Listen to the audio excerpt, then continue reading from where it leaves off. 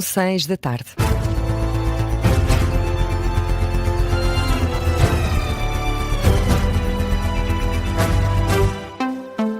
É o Jornal das 6, edição de José Rafael Lopes. E José, o governo português afirma que está a acompanhar com grande preocupação a situação no Médio Oriente, em coordenação com os aliados da NATO. Palavras que podem ser lidas num comunicado oficial do Governo, no site da República Portuguesa. O Governo informa que está em coordenação com o Ministério dos Negócios Estrangeiros, em particular através das embaixadas no Médio Oriente. Portugal apela a todos à máxima contenção para evitar uma escalada, preservar a paz e a segurança internacional em linha com a Carta das Nações Unidas. O Governo português escreve que é necessário que o programa nuclear do Irão cesse para que seja possível um entendimento. Neste comunicado pode ler-se ainda que o Executivo português condena os ataques do Irão aos países vizinhos da região, entre eles a Arábia Saudita, o Qatar, os Emirados Árabes Unidos, o Kuwait e também a Jordânia. Também o Primeiro-Ministro Luís Montenegro apelou à máxima contenção para evitar uma escalada. Fê-lo numa publicação na rede social X. Defende Luís Montenegro também o fim do programa nuclear do Irão. Considera mesmo os esforços iranianos como uma preocupação da comunidade internacional. Dezenas de iranianos reuniram-se hoje em Lisboa para celebrar a intervenção militar contra Teherão. Pediram o fim do regime dos Ayatollah com bandeiras dos Estados Unidos e de Israel em sinal de agradecimento. Os manifestantes pediram também o regresso do filho mais velho do último Shah do Irão. Em carros, as 3 dezenas de iranianos e apoiantes seguiram em direção às embaixadas de Israel e dos Estados Unidos para entregar flores às representações diplomáticas de ambos os países. Donald Trump seguiu operação de ataque ao Irão durante a noite em Mar-a-Lago. A informação é dada pela porta-voz da Casa Branca, Caroline Leavitt. Donald Trump, o presidente dos Estados Unidos, acompanhou os ataques ao lado de membros da equipa de segurança nacional. Caroline Leavitt confirmou ainda que o secretário de Estado, Marco Rubio, falou com líderes do Congresso para os notificar do ataque. Marco Rubio conseguiu falar com 7 dos 8 membros antes do início desta investida norte-americana ao Irão. E na sequência dos ataques, o Irão fechou o Estreito de Hormuz. Informação dada pela Guarda Revolucionária Iraniana, anunciaram o fecho do Estreito de Hormuz na última hora, asseguram que nenhum navio está autorizado a passar.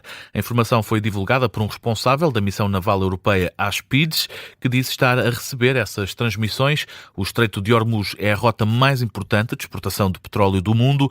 Passam por lá mais de 16 milhões de barris por dia. E aumentou o número de mortos numa escola primária no Irão. São agora 85 as vítimas mortais. E há ainda mais de 90 feridos após um ataque ter atingido uma escola primária para raparigas no Irão. É o que avança o jornal Haaretz. Nesse local estavam cerca de 170 estudantes. Até o momento, nenhum dos países que levou a cabo estes ataques, ou seja, os Estados Unidos e Israel, comentaram a situação. E o antigo professor catedrático de História na Academia Militar, António José Tel, diz que a União Europeia não deve condenar o ataque dos Estados Unidos e de Israel ao Irão. O historiador considera que o equilíbrio do Médio Oriente e o equilíbrio global estão em cima da mesa e que pode mudar rapidamente. António José Tel diz que são os Estados Unidos e Israel que estão a fazer essa mudança.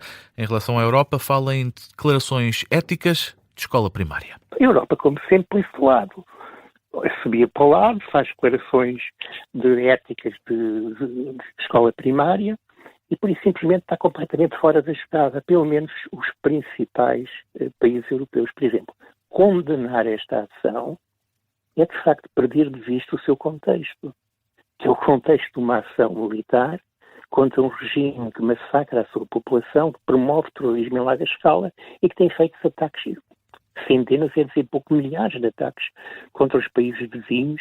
A análise de António José Tel, o antigo professor catedrático de História na Academia Militar, sobre o ataque norte-americano e israelita ao Irão. E em Abu Dhabi existe um clima de apreensão após os ataques iranianos. A Rádio Observador falou com uma portuguesa que está a viver na capital dos Emirados Árabes Unidos e que relatou um clima de tensão entre os portugueses que estão nessa região do Médio Oriente. Vários mísseis iranianos foram disparados esta tarde, tinham como alvo Abu Dhabi. Inês Fortes, entrevistada na Rádio Observador, conta como viveu o momento em que os mísseis chegaram aos céus de Abu Dhabi. Por acaso estava fora de casa e assim que eu cheguei a casa, passados alguns minutos, começámos realmente a ouvir os mísseis a serem interceptados. Eu tenho muitos colegas de trabalho portugueses e outros também que não são portugueses. Nós estamos em contacto uns com os outros a tentar dar apoio emocional uns aos outros, porque realmente é desconcertante ouvirmos os mísseis. Nós conseguimos ver os mísseis a serem interceptados e conseguimos ouvi-los claramente. Assim que os mísseis começaram a ser interceptados, haviam paredes que mexiam, o som é realmente indescritível, não há mesmo maneira de descrever.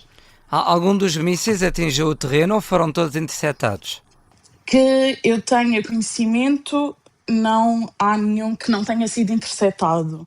Inês Fortes, portuguesa que está a viver em Abu Dhabi, entrevistada pelo jornalista Diogo Varela, realça ainda que as pessoas foram apanhadas desprevenidas. Fomos apanhados completamente de surpresa. Estávamos à espera que fosse uma situação semelhante à do ano passado, quando atacaram a base americana no Catar, em que não nos afetou de todo aqui em Abu Dhabi.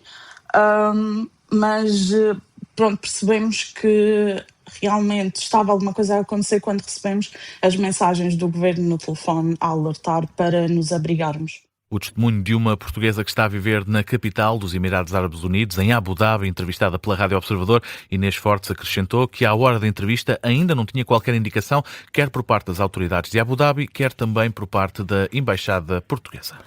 José Luís Carneiro acredita que conseguiu unir o Partido Socialista ao fim de 8 meses e deixa críticas ao governo. O secretário-geral do PS oficializou a recandidatura à liderança do partido, fê-lo no Largo do Rato, a sede nacional do PS. Ao fim de 8 meses de liderança, José Luís Carneiro considera que melhorou a qualidade do debate político e acredita que uniu o partido. Olhando para trás, sinto que cumpri com zelo o meu dever. Uni o partido. E além da confiança dos militantes e dos simpatizantes, sinto que contribuí para recuperarmos a confiança de amplos setores da sociedade portuguesa. O discurso do secretário-geral tocou em vários temas, como a economia, a legislação laboral e a saúde. José Luís Carneiro acusou o governo de ignorar as propostas do PS por razões táticas e partidárias. Infelizmente, o governo, sempre tático e partidário, foi insensível à proposta política do PS. Quedou-se pela lógica do passado, de se limitar à elaboração de uma lista de compras de material militar, mantendo o país na dependência tecnológica em setores vitais da economia nacional. O secretário-geral socialista recorre ainda às críticas proferidas por Pedro Passos Coelho para acusar o executivo de Luís Montenegro de apenas gerir o país e de não fazer as reformas necessárias. Porque o governo, em pouco tempo, desbaratou a folga orçamental superior a 3 mil milhões de euros deixada pelos governos do PS. Restam o turismo e o setor imobiliário, ambos sujeitos ao perigo da imprevisibilidade e da volatilidade dos mercados. Compreendo por isso, as palavras de quem já teve responsabilidades no país, ao dizer que o governo não reforma e apenas gere e mal o dia-a-dia. José Luís Carneiro pede para que Portugal consiga alcançar um salário médio igual ao valor europeu até 2035. O secretário-geral, que é de novo candidato à liderança do partido, o Congresso do Partido Socialista realiza-se no final de março em Viseu. E Marcelo Rebelo de Sousa pede união em torno da presidência de António José Seguro. Isto a dias da tomada de posse do recém-eleito Presidente da República. Durante o discurso na cerimónia militar de despedida das Forças Armadas, Marcelo Rebelo de Sousa deixou um apelo à união dos portugueses. E dentro de dias terá um Presidente da República e Comandante Supremo das Forças Armadas com o maior apoio popular de sempre, desde que há voto livre no nosso país. Unamo-nos como nos unimos nos últimos 10 anos. Unamos-nos ainda mais, nós todos, em torno dele. Declarações de Marcelo Rebelo de Sousa, que sublinha que, num cenário marcado por muitos conflitos, Portugal tem estado do lado certo da dignidade humana. E fica por aqui o Jornal das 6, edição do jornalista José Rafael Lopes. Até já. Adeus, Rita.